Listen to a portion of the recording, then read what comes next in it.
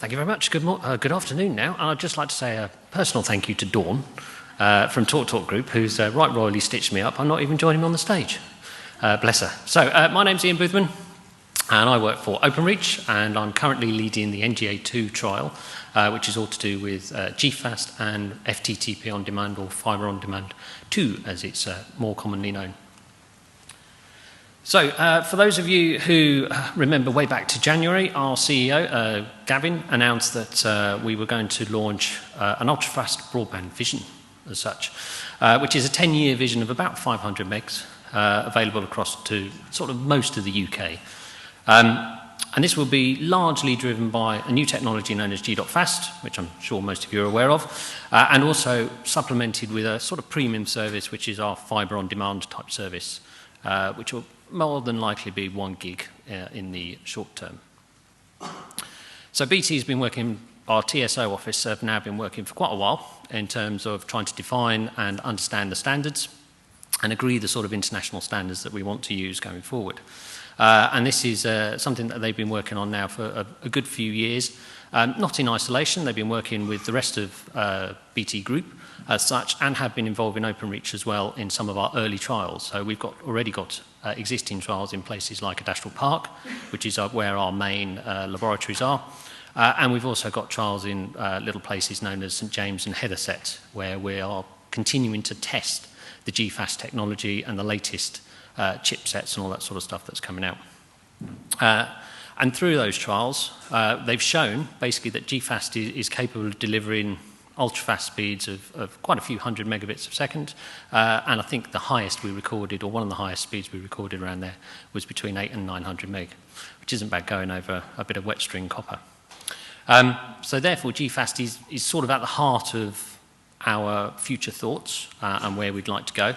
And as such, we have basically launched a CP-involved trial with real customers, as opposed to some of our trial customers that we've got in our existing sites. So the trials have now started. We have our first live customers on the service. They kicked off in August, on August the 25th. We've got 3 of our first customers connected, and they're all achieving in excess of 300 megabits on day one. The 2 trial sites are Huntingdon and Gosforth. Some of you will have heard last time that we also have a trial site in Swansea. This isn't a CP-involved trial site. This is another technical trial site. And in Swansea, what we're really looking at doing is testing a few more of these sort of non-standardish type buildings, MDUs, multi-dwelling locations, multi-occupancy units, those sorts of things. But won't involve CPs, and much more of a technical sort of trial. We've got Huntingdon, which is already live. Gosforth will be going live very soon. And we're sort of covering 2,000 THP or premises in each of the 2 zones, so about 4,000 across the 2 sites. The services have been provided over completely dedicated infrastructure, though. And we are doing an engineer install for both types of technology. This is important because we want to maximise the home experience for this trial. They'll also terminate on Openreach supplied CPE. And this is predominantly because, at the moment, the standards are still so new, we don't have any interoperability standards across the infrastructure. So we are using CPE that's been supplied by our suppliers to kick it off. CPs, however, will provide their own routers for this trial. Now, naturally, their routers need to cope with a gig, because we'll be delivering above 100 megabits worth of service. Again, I mentioned it's over dedicated infrastructure. This is partly due to, we are, and I'm sure you guys are all aware of this as well, we have something known as the ANFP. And for the trial, we needed to keep this separate from the existing telecoms infrastructure, as we don't want to cause any interference backwards or forwards across it. So therefore, there is no impact on any of the customer's existing service. So a customer who's got FTTC or MPF or WLR, sorry, these are all phrases that we use in our industry. So basically, bog standard wires or PSTN or bog standard broadband will see no impact at all from this service. So Huntingdon, just a little bit more detail about Huntingdon as case in point. It is our first site. It is where we have our first live customers. And we're trying something slightly new in Huntingdon as well. We're doing a mixture of G.fast and Fibre on Demand, and some areas where we're going to deliver Fibre on Demand from the same nodes that deliver G.fast. Again, 2,000 odd homes and businesses. We've got quite a few businesses in this area as well, so we're looking at trying to deliver the fibre on demand sort of stuff to those guys. And again, all CPs who are consuming service from Openreach are entitled or eligible to join in and join us on this trial. So the two technology types, first of all, G.fast, we're doing a 330 meg downstream. This seems a little low, I'm sure, for some people, but what we wanted to make sure was A, can we deliver this sort of service, and what are the distances we can deliver this sort of service over? Is it limited to 100 metres, 200 metres, 300 metres or more? As it is, our first trial lines, we also have, we report something known as max attainable, and most of those lines are performing well above 330 meg, often in the 400 or 500 meg range. I noticed we've got a slight error on this slide, unfortunately. It says up to 30 or 50 meg upstream. We've actually chosen a value, it's 50 meg, so there is no 30 meg upstream option. And again, we're seeing almost all customers achieving 50 meg upstream on their trial lines. We have a downstream prioritised rate of 80 meg. This is more to do with network congestion rather than the actual physical attributes of the copper infrastructure. And if I'm honest, I don't think we will ever be invoking that prioritised rate in this trial, but it was something that we put in. And naturally, they're multicast enabled. Many of our CP customers deliver TV via a multicast service. NGA2, fibre on demand, again, slightly different, a 1 gig downstream, 100 meg upstream, and a prioritised rate there of 100 meg. This is less about testing the technology. FTTP, fibre, has been around for quite a while now. Much more for us about testing new mechanisms for delivering it. So we're looking at connectorised cables. The vast majority of our stuff today is blown fibre. We're looking at how we can use connectorised in the network instead to vastly reduce the length of time it takes for us to deliver service. We're also looking at supplying service from existing nodes that supply G.fast. So how can we do that? Again, if we're pushing G.fast further out into the network, as which we are doing for the trial, what does that do to our lead times? What does that do to our length of time it takes for us to provide service? Again, multicast enabled. The two pictures, the bottom picture, by the way, is one of our first CPs in our trial site, or in our playpen, we've called it. Why a playpen, I don't know, but it's a sort of testing area, and they were streaming 7 devices there over the G.fast service. No stuttering as well, from what I understand. So the technology, so Openreach are a part of BT Group, and as I've already mentioned, our Technology Services Division, TSO, have been trialling G.fast for a long, long time. But in the laboratory, it's very clean, our laboratories, very nice, very neat, and they've got reels and reels of cable lying out the back at 300 metres and 400 metres and 500 metres, but it doesn't replicate our network very well. Openreach inherited the network that's been around for hundreds of years, so we've got many different types of cable, many different joins, footway boxes, a whole range of infrastructure out there.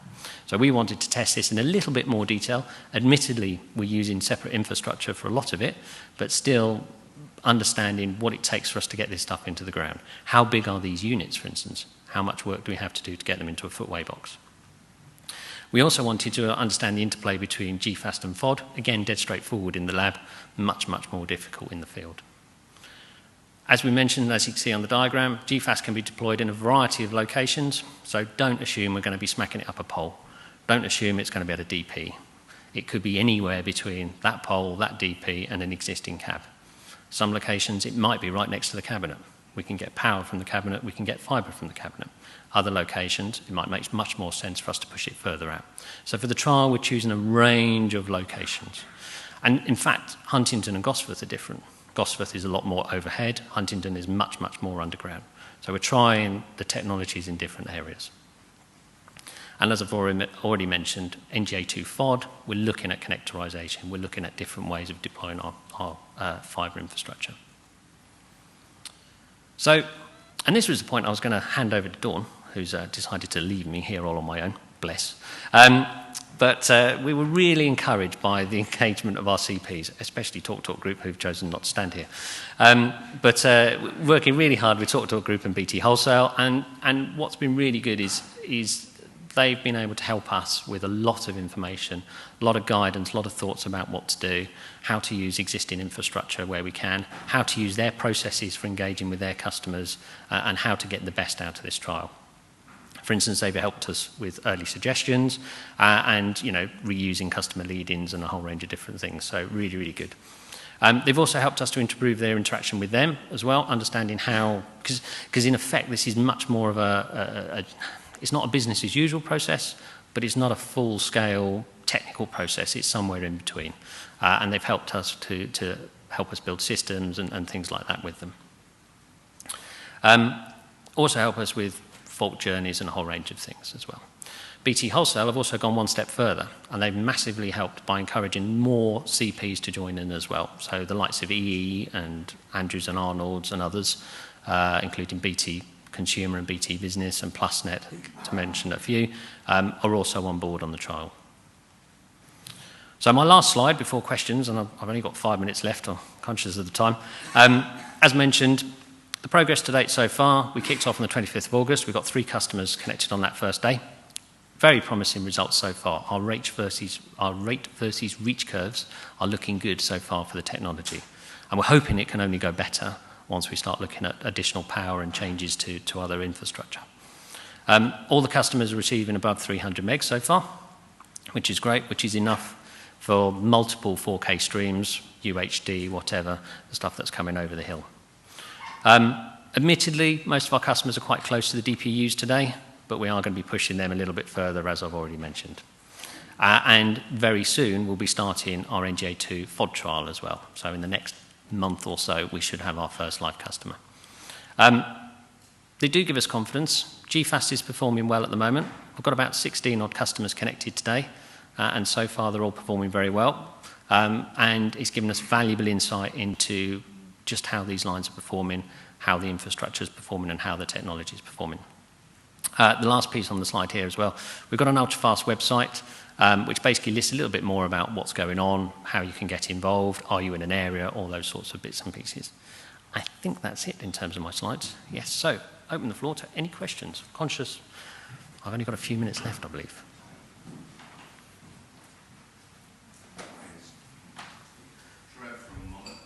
Hi, Trev.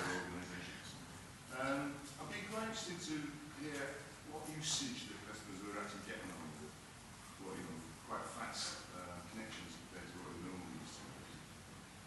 Can you hear me now? Oh, right. Ah, yes. What's the actual usage? You know, if they're getting 300 meg, what's on average is the data rates that they're using?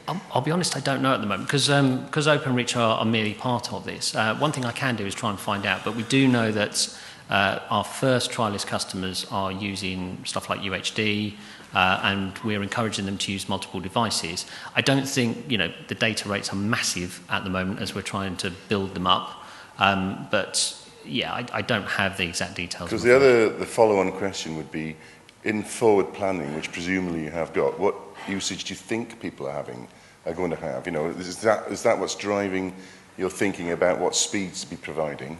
Or is it just a competitive thing with Virgin, you know? I think, so the industry as a whole and us as individual users as a whole are starting to use much more in terms of data at home, many more connected devices. I think this is seen as the next logical step in getting more out of the copper infrastructure.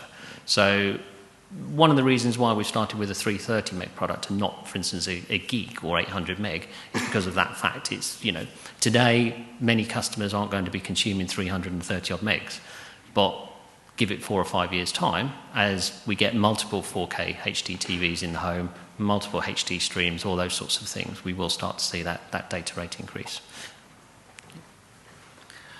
James Blessing from Keycom. When FTTC was launched, it came with its own CPE. Yes. And now NGA2 is being released. A lot of people are very, very upset that you're taking away the FTTC CPE. Okay. Mostly because there isn't hardware in the market that can replace it. How long are you planning to provide CPE with these 2 variants? I'm afraid I genuinely don't know the answer. Unfortunately, I'm focused on NGA2, so I don't know the answer to that. No, I mean for NGA2, are you planning 5 years, 2 years? Oh, right. So for NGA2, personally, and I'm happy for anybody, I want a single box solution. I would like, I would have liked for the trial a 1 box solution. That's what I wanted for the trial. Unfortunately, we can't yet mix and match the chipset vendors across the infrastructure. So we're using 2 chipset vendors, 3 different suppliers for the trial. And we can't take one from the other and put them on yet because the interoperability is not there. But we will do what we can to push that interoperability, because I personally, if we are going to take this beyond a trial, I'm not saying we are yet, but if we are, I don't want to be in that situation where we're doing a 2-box solution, because it doesn't help me as a consumer, it doesn't help me in Openreach, it doesn't help my CPs. Hi, David Reader. Thanks for coming along today. I think the important thing, we don't really hear enough from Openreach in this kind of forum, so this is great. The thing I wanted to say really is touching on the fibre on demand. And I don't really expect you to go into any detail today, but it would be very interesting to know a little bit more about how you're going to be trying to deploy those services now, and in what ways that connectorization helps you, and what the physical process is. So we know and appreciate you've had trouble with the fibre on demand previously, but also how, so the logistics of how that works. What does that deployment look like on the ground when someone's doing it? And also, what kind of effect would this have on other fibre services? Because you deliver blown fibre for LAN extension services and the like today. And presumably, you expect to get a benefit out of making that easier for those other services as well. Very much so. And it's a difficult question to answer at the moment because we haven't got our first one in yet. So we're still very much in the trial zone. But the objectives of it are, certainly in the FTTP and fibre on demand world, it's a 2-appointment solution. So you have an appointment where an engineer comes and blows some fibre in, then you have another appointment where the engineer comes and terminates it all. And we want to desperately get away from that. So that's where we're trying to look at connectorise, whether or not connectorise in the home will work. Previously, connectorise isn't as reliable, I suppose, as blown fibre, because a joint-in splice is much more secure. You can get dust and all that sort of stuff on connectorise. So it's those sorts of areas we're looking at. We're also looking at nodal placement. Where do we place the nodes? Today, our nodes are sometimes a little bit too far away, which causes us a lot of work in terms of digging through roads and customer premises and all that sort of stuff to get there. So more than happy to, if you chuck me an email, we can keep you up to date with what's going on through these sorts of forums and all that sort of stuff. We're still early days, so we haven't yet got our first one in terms of connectorise, but that's the sort of area we're trying to get to. As for the other products, I don't know. I generally don't know, but if the technology works, I can't see a reason why another product might not consider using it. Thanks. Hi, Alec Morris, BBC. If there's a rollout of G.fast, are we going to see an awful lot of new street cabinets? Is that going to be a problem with the general public? Or have you completely discounted pole-top reverse-powered devices? So, right, lots of questions in that one there. So the reverse power, let's put the reverse power somewhere else for the moment. I think as an industry as a whole, and I mean not just us as CPs, but I mean technology vendors and all that sort of stuff, there needs to be a lot of decisions made about reverse powering, not least of which the question of who owns it, what happens if all the customers unplug their units at home, and all those sorts of things. In terms of pole tops, an interesting thing with pole tops, the smaller units, the 16-port units, can go on poles, and we've got some already. Slight issues we have is engineers trying to climb those poles. We've got to make sure they're in the right position so they don't clock their knees or their heads, all those sorts of things. So 16-port units, for the trial, we're popping them in the ground, so there are no additional cabinets. You might get the odd power pillar here and there, but in some locations we're actually providing power from other locations too. In the future, I don't know. There's talk of 16 and 48-port units. It's not 16, 40, well, we're talking about 48 and 96-port units going forward. I don't know quite how they'll look yet, whether or not there would be additional cabinets or not. But certainly for the trial, in the ground or up a pole is where it's at. Thanks. Okay. Okay, last question.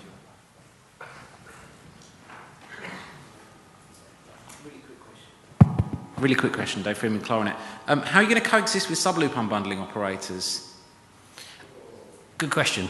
I don't know, if I'm honest. At the moment, we're in trial sort of zone, so we're very much looking at whether the technology works. I think as an industry, we need to come to some sort of arrangement as to, how if we are going to go further with G.fast, what as an industry are we going to do in terms of it, subloop unbundling and all the other things. Okay. Okay, thank you very much, Ian. Okay, thank you. Thank you very much.